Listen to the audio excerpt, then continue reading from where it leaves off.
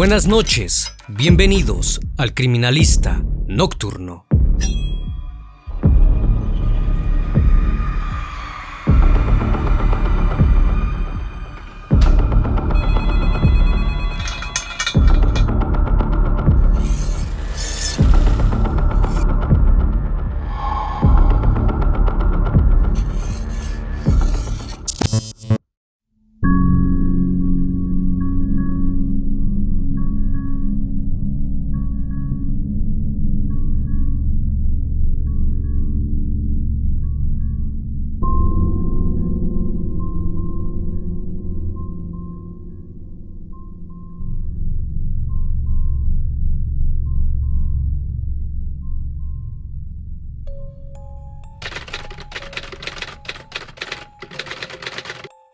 ...28 de noviembre de 2016... Knoxville, Tennessee, Estados Unidos. Aquel lunes por la mañana, Lisa Guy, de 55 años, no se presentó a trabajar en el departamento de contabilidad, lo cual era muy extraño, pues la señora Guy nunca faltaba. Ante la situación, su supervisora hizo algunos intentos por comunicarse con ella, pero no contestó. Preocupada por su seguridad y por temor de que algo le hubiese pasado, decidió llamar a la policía. Esto llevó a las autoridades a uno de los descubrimientos más impactantes y horribles del estado de Tennessee. El Criminalista Nocturno.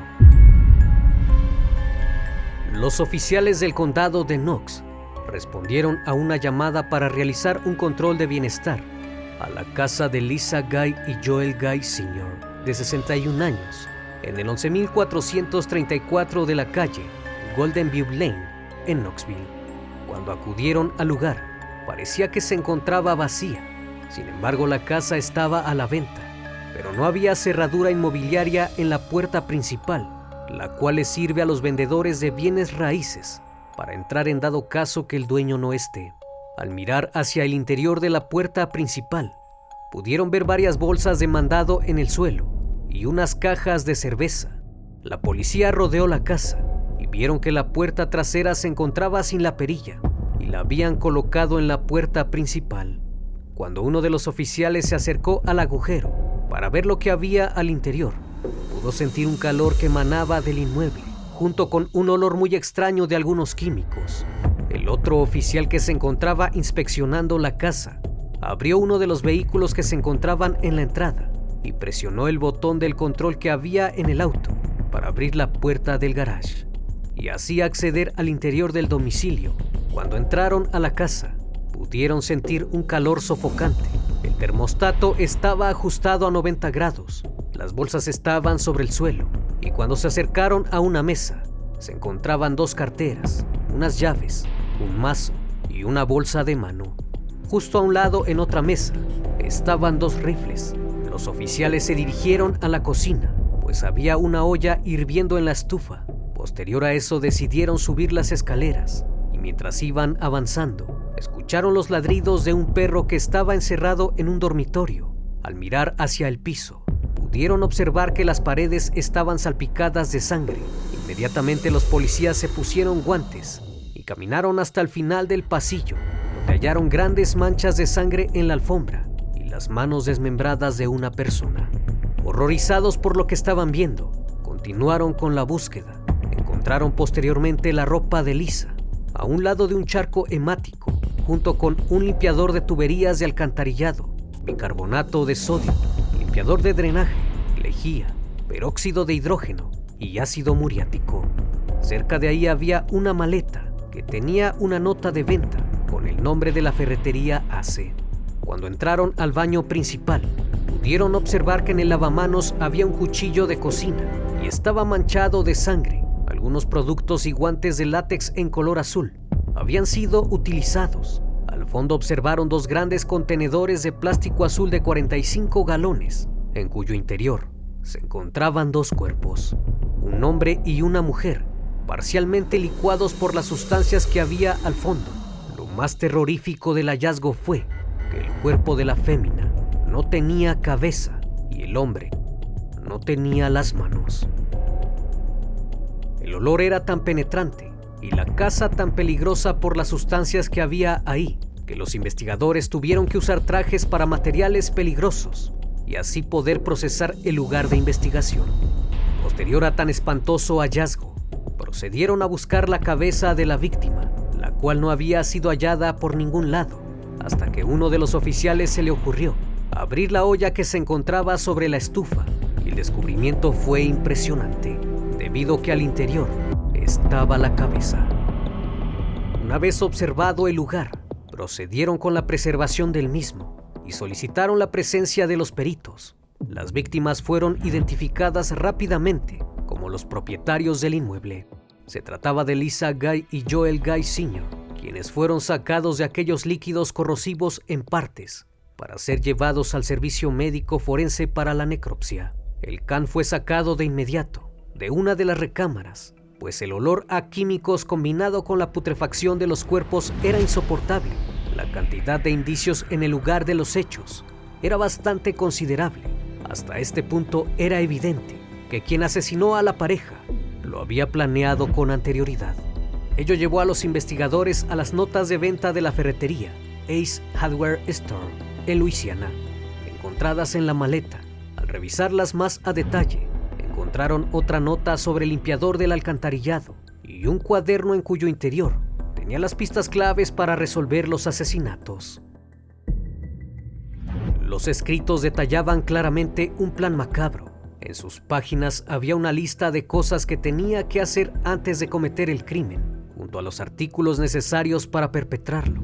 Las notas decían: asesínalo con el cuchillo y límpialo antes de que ella llegue a casa. Posteriormente, abre la ducha del agua caliente y colócala al interior para deshacer toda prueba para los forenses. Las notas luego detallan cómo el asesino supuestamente trató de colocar el cuerpo del hombre en un recipiente de plástico y usarlo para llevarlo a la ducha, junto al cuerpo de la mujer para lavar las pruebas, cortarle el brazo y ponerle carne debajo de las uñas. Después usar peróxido de sodio para destruir su tejido blando y ablandar los huesos para el transporte. Rociar una vez cada hora para acelerar el proceso.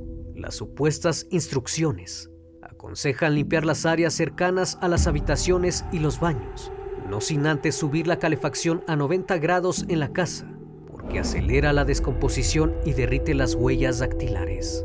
También enumeró ciertos elementos necesarios para el crimen, como un mazo el cual planeaba usar para aplastar los huesos, un cuchillo de caza para los cortes, una licuadora y un molino de alimentos para triturar la carne y tirar los trozos al inodoro. El resto del cuerpo tendría que ser colocado en un recipiente de plástico para el proceso de descomposición. También hablaba de cómo realizar los cortes y separar las extremidades. El uso de químicos era esencial, además del uso de lejía para despistar las pruebas de luminol. Tenía pensado también colocar el rizador de cabello con papel inflamable, junto con recipientes de gasolina, para así encender el fuego en toda la casa. Otra posibilidad contemplada era inundar el hogar para encubrir las pruebas forenses. También se especificaba un recordatorio para enviarse un mensaje de texto desde el teléfono de las víctimas, con el propósito de despistar a la policía, si es que llegaban a sospechar de él, y así probar que el sujeto se encontraba en otro lugar. Otra de las páginas detallaba algunas cifras de los activos que pertenecían a Lisa Guy, incluida una póliza de seguro de vida de $500,000 que incluía como beneficiario al hijo de la pareja, Joel Guy Jr. El macabro escrito finalizaba con la frase: 500,000 serán todos míos. Gracias a su pérdida, ahora lo entiendo todo. En este punto inicial del caso, esto parecía muy revelador, así que los investigadores empezaron a sospechar del hijo de las víctimas.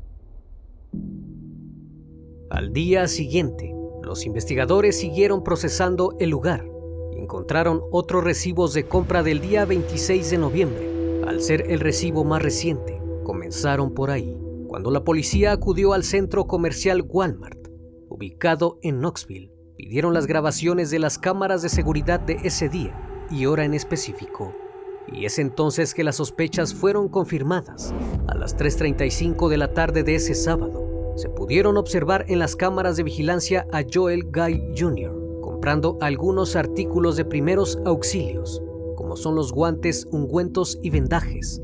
También compró alcohol isopropílico y peróxido de hidrógeno, mismos artículos que fueron encontrados en el lavamanos del baño. Lisa Guy también fue vista en imágenes de vigilancia poco antes de su asesinato, comprando artículos en el mismo lugar, aproximadamente a las 12:15 de la tarde. Aquellas compras fueron las encontradas a un lado de las escaleras. Guy Jr. fue captado por varias cámaras de vigilancia, comprando los suministros que los investigadores pensaban había usado para asesinar e intentar disolver a sus padres. Usó efectivo para cada transacción y autopagó la mayor parte del tiempo. La primera compra de suministros la efectuó el 7 de noviembre en la ferretería Ace, en Napoleonville, Luisiana, en donde compró varios artículos, incluyendo ácido muriático y peróxido de hidrógeno. El día 18 de noviembre, en Home Depot, las cámaras lograban comprando el rociador de blanqueador, los cables de extensión y un temporizador. Al día siguiente, compró un cuchillo estilo marino en Academy Sport. El 21 de noviembre, las cámaras capturaron nuevamente al sujeto, esta vez en el Walmart de Knoxville, comprando 2 contenedores de plástico, lo suficientemente grandes como para que se disolvieran los cuerpos desmembrados. Las autoridades intuyeron que las 2 víctimas fueron asesinadas en algún momento del día 26 de noviembre. Se cree que el hijo de la pareja pasó al menos una noche en la casa de sus padres en Tennessee, después de ser seccionados, puesto que la declaración de los vecinos mencionó que vieron el vehículo de Guy en la residencia de sus progenitores hasta el mediodía del domingo 27 de noviembre. Una vez teniendo las pruebas de que posiblemente Joey Jr. era el responsable de los asesinatos, el FBI, la oficina del sheriff del condado de Knox y la oficina del sheriff de East Baton Rouge colocaron al sujeto bajo la mira de sospechoso, así que el martes 29 de noviembre fue detenido mientras ingresaba a su auto en el estacionamiento del complejo de apartamentos Nicholson Drive en Baton Rouge. Cuando se abrió el maletero de su automóvil, tenía una picadora de carne. Una vez llegando a la estación de policía, fue entrevistado por un oficial. Guy Jr. les dijo que había visitado a sus padres durante las vacaciones de Acción de Gracias, pero que al terminar la festividad había regresado a Luisiana. Sin embargo, los investigadores notaron de inmediato que el joven tenía varios cortes en las manos, incluido un corte profundo en el pulgar izquierdo. Hasta el momento, todos los indicios apuntaban a que el joven había sido el asesino de sus padres. Mientras avanzaban con las investigaciones, fue puesto en prisión preventiva y pronto surgieron más datos y el posible móvil de los crímenes.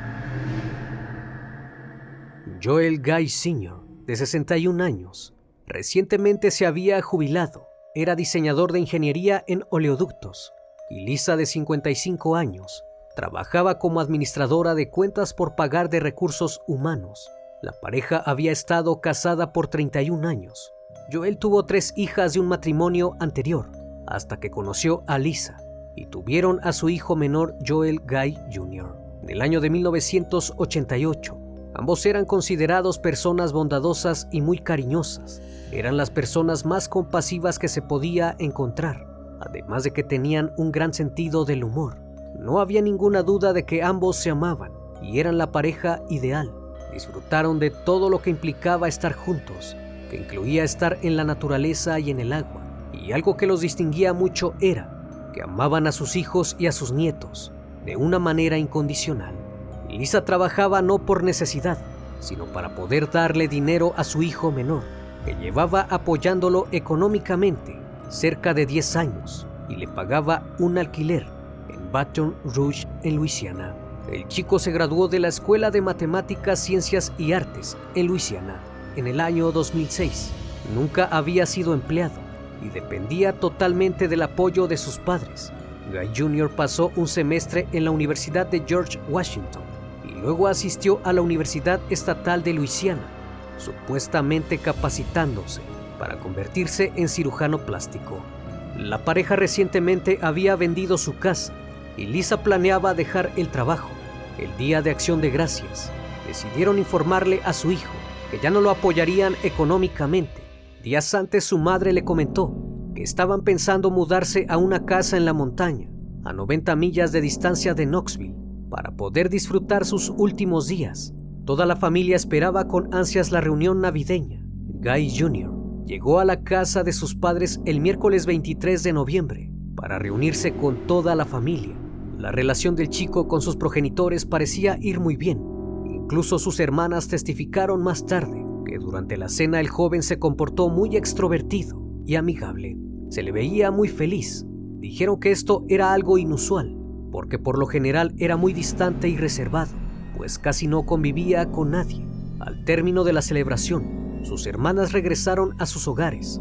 Sin embargo, Guy Jr. les dijo que tenía pensado quedarse todo el fin de semana con sus padres. A todos les pareció muy extraño, pero pensaron que quizás quería pasar más tiempo con ellos antes de que se mudaran. El domingo 27 de noviembre, condujo de regreso a Luisiana para ser tratado en una clínica de estudiantes por la gran herida en su pulgar.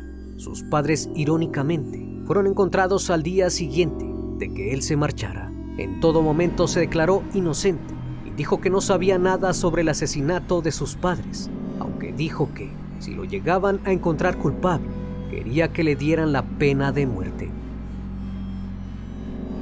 4 años después del hecho, el 28 de septiembre de 2020, inició el juicio en contra de Joel Guy Jr., quien era acusado de haber asesinado horriblemente a sus padres en Knoxville, Tennessee. Al fin pudieron probar por primera vez los horripilantes detalles del crimen, dando a conocer los datos gráficos de los asesinatos antes de ser presentadas las evidencias. Advirtieron a las familias presentes que en caso de sentirse abrumados emocionalmente, podían abandonar la sala del tribunal. El juicio duró 4 días e involucró más de 700 pruebas presentadas y 27 testigos. Los fiscales creen que el crimen fue planeado por lo menos con 19 días de anticipación.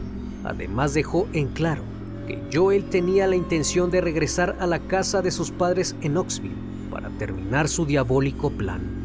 La necropsia indicó que Joel Guy Sr. fue herido en 42 ocasiones con un arma punzocortante. El cuchillo dañó sus pulmones, hígado y riñones, y algunos de los golpes le cortaron las costillas. Fue tan violenta la agresión que un trozo de cuchillo quedó incrustado en su hombro. Las manos le fueron cortadas y sus brazos de igual forma fueron seccionados en el omóplato. Le quitaron las piernas a la altura de la cadera y le cortaron el pie derecho. La evidencia indicaba que el hombre había luchado por su vida, pues su cuerpo mostraba signos de una lucha feroz. Por su parte, Lisa Guy fue apuñalada 31 veces. La fuerza de los golpes fue tan extrema que le cortaron 9 costillas. Sus piernas fueron seccionadas por debajo de la rodilla y los brazos a la altura del hombro. Durante la audiencia, los funcionarios dijeron que a Lisa Guy le quitaron la cabeza desde la columna después de que se aplicara un traumatismo contundente en el cuello. Las autoridades revelaron que muchas de las extremidades de las víctimas se colocaron en los contenedores de 45 galones y se cubrieron con una sustancia corrosiva, la cual los licuó. Los fiscales estatales describieron el hecho como un guiso diabólico de restos humanos. Según los fiscales, los hechos ocurrieron el 26 de noviembre de 2016. Joel Jr. atacó brutalmente a su padre y a su madre y los cortó en pedazos. Aquel día Lisa fue a Walmart de Knoxville para comprar alimentos regulares para la casa. Se aprovechó de la situación y atacó a su padre con un cuchillo largo y afilado en la habitación de ejercicio, apuñalándolo en múltiples ocasiones. Los dos pelearon durante algún tiempo y el lugar quedó destrozado y lleno de proyecciones hemáticas, hasta que las heridas vencieron al progenitor, y es entonces que dejó de luchar por su vida. Cuando Lisa llegó a casa, después de hacer las compras, eran poco más de las 12:30 de la tarde. Guy Jr. le habló para que subiera rápidamente, pues había pasado algo con su padre. Lisa entró a su casa por la puerta principal y dejó las bolsas en el suelo cerca de la entrada. Al subir, el joven se abalanzó sobre ella y la atacó por la espalda, apuñalándola brutalmente en reiteradas ocasiones, de modo que sus 9 costillas se cortaron por la mitad por el ataque sufrido. Una vez que ambos padres estaban sin vida, procedió a dar rienda suelta a su macabro plan. Comenzó por retirarles la ropa y cortarlos en partes. El proceso fue muy tardado, pero al final logró hacerlo. Luego disolvió el torso de Joel Sr. en un recipiente de plástico que contenía productos químicos, arrojando ahí mismo las demás partes. Posteriormente colocó a su madre en otro contenedor y su cabeza la puso a hervir en una olla. Debido a que Guy Jr. se cortó las manos durante los ataques, no concluyó su plan y acudió a un supermercado para comprar artículos de primeros auxilios. Cuando regresó a casa, trató de curarse por sí mismo, pero la herida en su pulgar era tan grande que pensó que perdería su dedo. Para no dejar rastro en Knoxville, se le ocurrió ir a la universidad en Luisiana el día 27 de noviembre, para que de ese modo no dejara ningún rastro de curación hospitalaria cerca del lugar del crimen. Después de eso, tenía pensado regresar a la casa de sus padres para culminar su plan. Para ello, había cargado en su maletero del auto una picadora de carne, además de que usaría los demás artículos químicos para eliminar toda evidencia. Lo que jamás se imaginó es que sería descubierto tan pronto por la policía.